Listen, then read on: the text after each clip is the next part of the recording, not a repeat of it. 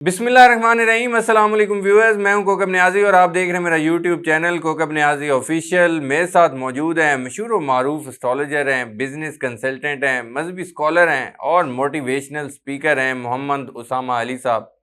मोहम्मद उसामा अली साहब की आप मेरे साथ वीडियोस देखते रहते हैं, पॉलिटिकल वीडियोस भी होती हैं, ज़ोडिक साइंस पर भी होती हैं, बड़ी बड़ी पेशन गोइयों के हवाले से, बड़ी बड़ी पेशन गोइयाँ दुरुस्त बल्कि साबित होने के हवाले से मोहम्मद उसामा अली साहब काफ़ी मशहूर हैं। आज मोहम्मद उसामा अली साहब से आप लोगों के लिए मैंने बड़ी बड़ी पेशन गोइयाँ और भी लेनी है। इमरान खान साहब के केसेस के हवाले से भी मैंने डिस्कशन करनी है, और जो अमरीकी कांग्रेस में एक करारदाद पास हुई कि पाकिस्तानी इलेक्शन की बेज़ाब्तियों का इल्ज़ाम जो था उस पर उन्होंने तहकीकात का मुतालबा किया। उसके बाद जो पाकिस्तान का जवाब आया कि वो ये जी हमारा अंदरूनी मामला है। फिर वर्किंग ग्रुप अमेरिका के यूएन के वर्किंग ग्रुप की भी एक रिपोर्ट आई, उस पर भी उन्होंने कहा जी हमारा अंदरूनी मामला है। इस पर मैंने पेशन गोई लेनी। और जुडिशल कम्प्लेक्स वाला एक केस है इमरान खान साहब पर, इद्दत निकाह केस, जज को जल्दी है, बड़ा जल्दी वो फैसला करना चाह रहे हैं, सज़ा तो मुअत्तल की नहीं थी उन्होंने, इस हवाले से भी डिस्कशन होनी है। उसामा अली साहब अस्सलाम वालेकुम सर, कैसे हैं आप? जी, वालेकुम अस्सलाम। मैं खैरियत से हूँ, आप सुनाएँ क्या हाल है? अल्लाह का शुक्र सर, ठीक ठाक। सर अमेरिका की तरफ से तो बयानात आ रहे हैं, बयानात क्या आ रहे हैं बल्कि करारदादें मंजूर हो रही हैं, कांग्रेस में मंजूर हुई, बेज़ाब्तियों के इल्ज़ामात की तहकीकात का मुतालबा भी किया उन्होंने। अब फिर नायब तर्जमान अमरीकी खारजा ने कहा है कि पाकिस्तान पर जोर देते हैं इंसानी हकूक, बुनियादी आज़ादियों का एहतराम करें, इंतखाबात की शफाफियत का मामला हमारी तवज्जो का मरकज़ है। अमरीका तो मुतालबा कर रहा है, आपको लगता है पीटीआई को मैंडेट वापस मिलेगा या शफाफ तहकीकात होंगी इस केस में? बिस्मिल्लाहिर्रहमानिर्रहीम, अल्हम्दुलिल्लाहि रब्बिल आलमीन, अल्लाहुम्मा सल्लि अला मुहम्मद व आले मुहम्मद। देखिए, जब वर्ड इंटरनेशनल आ जाता है ना तो खीर टेढ़ी हो जाती है, इतनी सादा नहीं होती जितने आप लोग बिल्कुल सादा से अंदाज में उसको समझना चाहते हैं। इनके हम्म। मामलात को समझने के लिए सर ज़मीन पे टाँगे ऊपर किया करें, फिर उल्टा होके देखें, फिर समझ आएगी कि सीधा नज़र आएगा कि हो क्या रहा है। बेसिकली कांग्रेस की करारदाद का मतलब है वहाँ की जो पब्लिक थी उसका इन्फ्लुएंस और उसका एक अपना एक जैसे आपके कोई सेनेटर्स में है या कोई भी और पेंटागन और हुकूमत उधर भी अलग ही हिस्सा है। इसको हम्म। एक ना समझे आप। अ, वहाँ भी इसी तरह का सिनेरियो है। और वो क्या कहता है, वो उसने आपके इलेक्शंस को माना भी था, एंडोर्स भी किया था, मुबारकबाद भी दी थी और काम कहा था आगे चलाओ। हम्म। पता उस वक़्त भी उनको सब कुछ था। तो ये जो बेसिकली हम्म। अवामी प्रेशर है, जो कि पूरी दुनिया में ख़ैर अवाम अब तब्दील हो रही है। तो ख़ैर उसकी कोई अहमियत नहीं है सच जितना उठाया जा रहा है। ये उसके मुकाबले में करारदाद ला रहे हैं और उनकी हम्म। अहमियत इतनी है कि वो एक कागज़ का टुकड़ा भेजें और हुकूमत उल्टा दें। ये है वो, अगर वो करने पे आएँ तो। एक साइफ़र और भेज दें बस, खत्म कहानी। हम्म। यहाँ तो साइफ़र पे लेट जाएँगे ये सारे डाइयाँ मार के। तो इसलिए ये सिर्फ़ ड्रामेबाज़ियाँ होती हैं। ये उनकी पब्लिक है, उनकी हुकूमत ने अभी तक उस तरीके से कोई स्टेप नहीं लिया, वरना वो एक और साइफ़र भेज दें। कह हम्म। दें उसमें कि भई ये इमरान खान को जेल से निकालो और हुकूमत दे दो, हक उसका है, बाकी सारे घर बैठ जाएँगे बस। पहले भी तो ऐसे ही हुआ था, उन्होंने कहा था इमरान खान को हटाओ वरना तुम्हारी ऐसी की तैसी है। उन्होंने कहा जी ठीक है, कोई मसला नहीं। तो ये सारी हाथी के दाँत खाने के और वो जैसे कहते हैं दिखाने के और इस बात को आप लोग इतना सीरियस ना लें, इसका कोई ताल्लुक नहीं है करंट सिनेरियो से, ना ही इसका कोई इम्पैक्ट होने वाला है, ना ही इसकी कोई कहानी है। जब अगर उन्होंने सीधे रास्ते से आना हुआ, तो बस उन्होंने साइफ़र ही लिखना है और उन्होंने इनको घर भेज देना है। बाकी अच्छा। बात ये है कि ये जो इतने टार्ज़न बन रहे हैं, जब साइफ़र के मामले में तो इन्होंने कोई गैरत का मुज़ाहिरा नहीं किया। ये साइफ़र पे भी यही अपने वो जो अ, नेशनल सिक्योरिटी काउंसिल के इजलास में शहबाज शरीफ साहब के सामने वो आया ख़त भी, ये सारा मामला भी हुआ। उस वक़्त इन्होंने ऐसे डायलॉग उछल-उछल के क्यों नहीं मारे? जब साइफ़र का केस भी तो इनके सामने आया है, इनकी कैबिनेट के सामने आया है। उस वक़्त मुदाखलत को क्यों नहीं मुदाखलत कहा गया?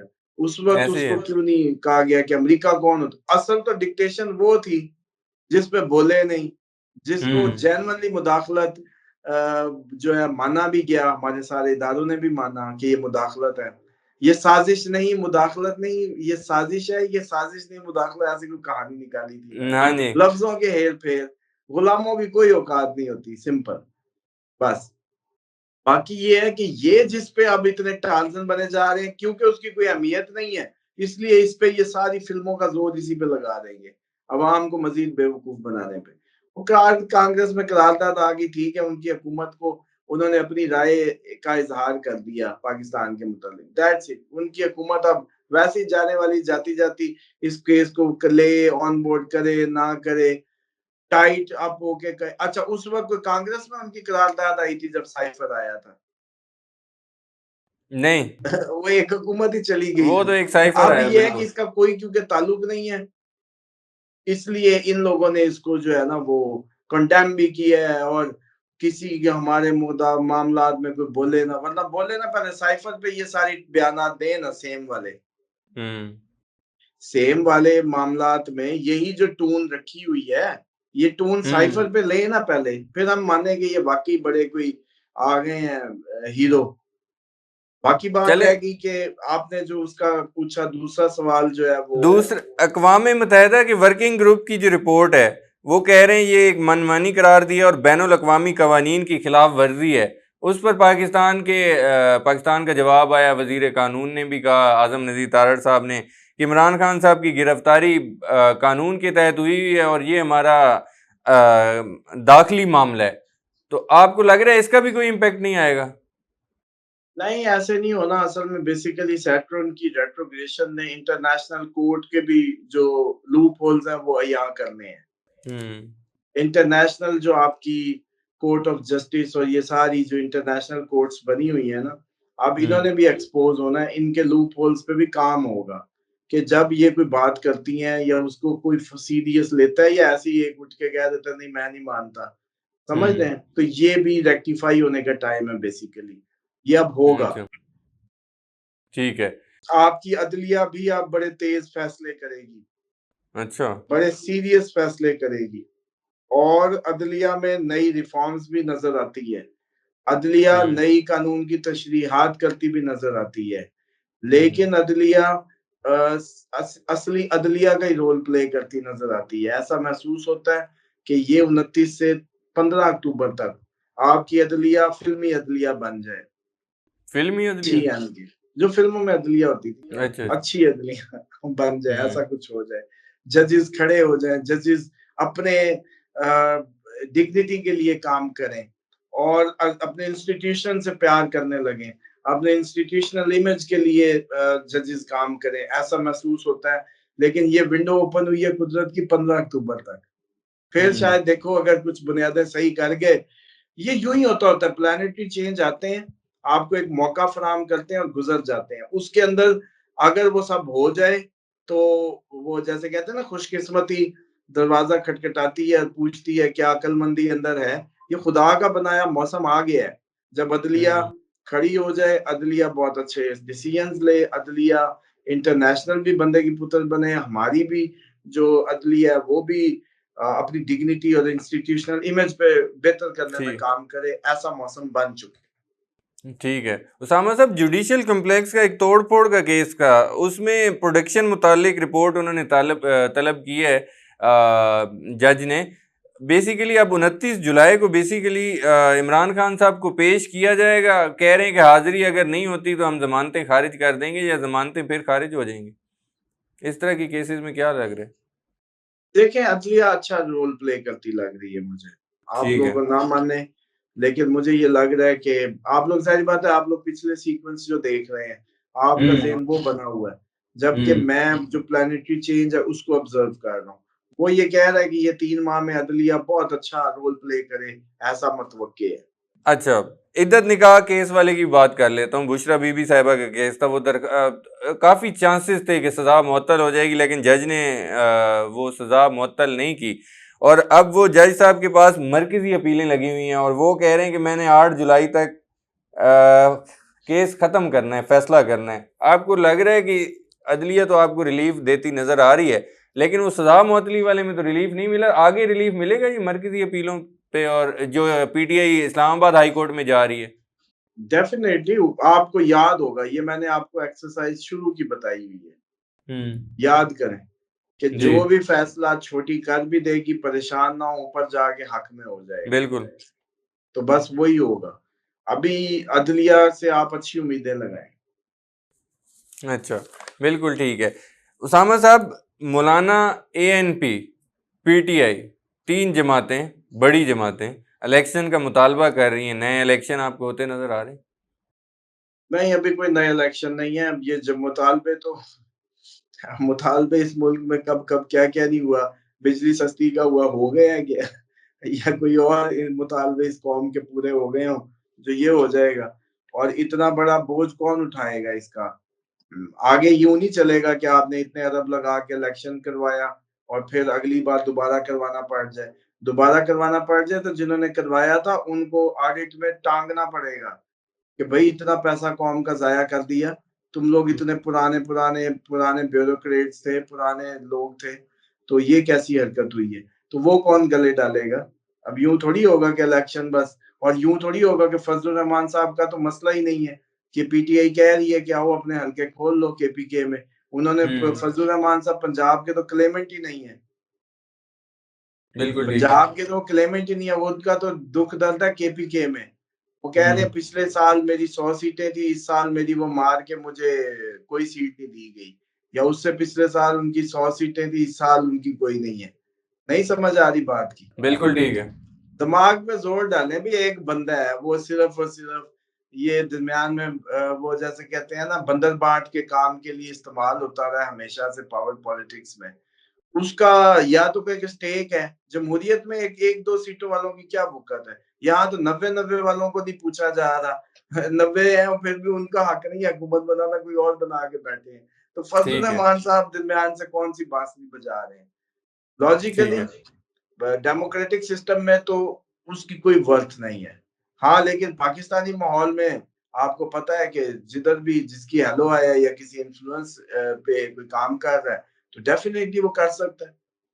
लेकिन ठीक है। पीटीआई का जो ये इसको शामिल करना या इनके लिए इनको बुलाना वो मैं नहीं बेहतर समझता। वो इसलिए कि पीटीआई को क्या ज़रूरत है? पीटीआई खुद एक बहुत बड़ी पावर का नाम है। उसको क्या ज़रूरत है कि फज़लुर रहमान साहब ये रास्ते में जाता बेच देगा इनको। ऐसे ही है। महमूद खान अचकज़ई रीज़नेबल आदमी है क्योंकि उन्होंने हमेशा अपोज़िशन की सियासत की है मैक्सिमम। हम्म। फज़लुर रहमान साहब हॉर्स ट्रेडिंग और उसके बंदे हैं, पावर पॉलिटिक्स के। ये कभी भी बेच हम्म। देंगे, इनको सौदा जहाँ मिल गया ये बैठ जाएँगे। अभी भी आप देखें जेयूआईएफ की जो वकील ने सुप्रीम कोर्ट में कह दिया ओके है मखसूस नशिस्तों का मामला। हाँ, तो उनको भी मिल रहा है ना बलूचिस्तान। तो फिर फज़लुर रहमान साहब एक नॉन रिलायबल आदमी है। ये लाज़मी किसी न किसी मुझे तो लगता था नवाज़ शरीफ के ही लॉन्च किए हुए हैं बेसिकली ये। अच्छा, ठीक है। उसामा साहब, मुझे ये बताएं, इसराइल ने लबनान में हिजबुल्लाह को निशाना बनाया था। जवाब में ईरान की इसराइली फौज पर ड्रोन हमलों की भरमार हुई। 18 एहलकार जख्मी भी हुए। जैसे पहले आपने एक पेशन गोई की थी, आपने कहा था ईरान हमला कर देगा इसराइल पर। आपको क्या लग रहा है, ईरान और इसराइल का तनाज़ा अभी बढ़ेगा और ईरान कहीं दोबारा तो नहीं हमला करेगा इसराइल को? देखिए ये आप लोग अभी भी बड़ा इसको जो है ना मिस कैलकुलेट कर रहे हैं, मिस जज कर रहे हैं। बेसिकली ये जंग इस खत्ते में घुसा दी गई है। अब हर अच्छा। रोज़ बदलते रोज़ इसके फ़ेज़ डिफरेंट होते चले जाएँगे। ठीक है। मिसाल के तौर पे ये एक हमास एक लोकल तंज़ीम थी, उसने अटैक किया इसराइल पे। जी। उसके बाद आप टेक्निकली देखें कि कितने मुल्क इन्वॉल्व हैं इस वक़्त शाम, ईरान, लबनान, यमन भी आ गया। यमन कभी नहीं आया, वो भी आ गया। हम्म। अब आप खुद देखिए कि 4 मुल्कों को उन्होंने छेड़ के बंदे मार, जो भी कर, शाम में हमले कर, इधर-उधर उकसा कर, उनको आपने देखें कि उन्होंने वो जैसे कहते हैं ना कि उकसा लिया है जंग के लिए। तो आगे अब होना ये है कि जैसे ही रशियन और यूरोपियन साइड पे नज़र रखें, जैसे ही वो महाज़ गर्म हुआ, यहाँ भी जो पेशकदमी नज़र आएगी, फिर तुर्की की इन्वॉल्वमेंट भी नज़र आएगी आपको। ग्रीस और तुर्की का मामला उठ जाएगा। तुर्की हो सकता है इराक में आए, हो सकता है रशियंस आ जाएँ कि अच्छा। अमेरिका को यहाँ से पीछे धकेलें क्योंकि अमेरिका इस साइड से आके इनको ट्यून अप करने की कोशिश करेगा और ये मामला जो है बस आप देखेंगे रोज बरोज बढ़ता चला जाएगा, इसके कम होने का कोई सवाल ही नहीं पैदा होता। बहुत शुक्रिया मोहम्मद उसामा अली साहब, आपने वक्त दिया। नाजरीन, मोहम्मद उसामा अली साहब की आपने प्रेडिक्शन सुनी, इनके व्यूज़ सुने, इनके एनालिसिस सुने। वीडियो पसंद आई हो तो कमेंट ज़रूर कीजिएगा। उसामा अली साहब का नंबर स्क्रीन पर दिया गया होता है। मोहम्मद उसामा अली साहब से आपके कोई पर्सनल क्वेश्चन हो, जायचे से मुतालिक हो, उसामा साहब से आप डिस्कस कर सकते हैं। और वैसे अगर आप चाहते हैं कि मैं क्वेश्चन आपके पूछ लूँ तो कमेंट में पूछ लें, मैं उसामा साहब से उनके आंसर्स ले लूँगा। उसामा अली साहब और मुझे इजाज़त दीजिए, नेक्स्ट वीडियो में आप लोगों से फिर मुलाकात होगी। अल्लाह हाफिज़।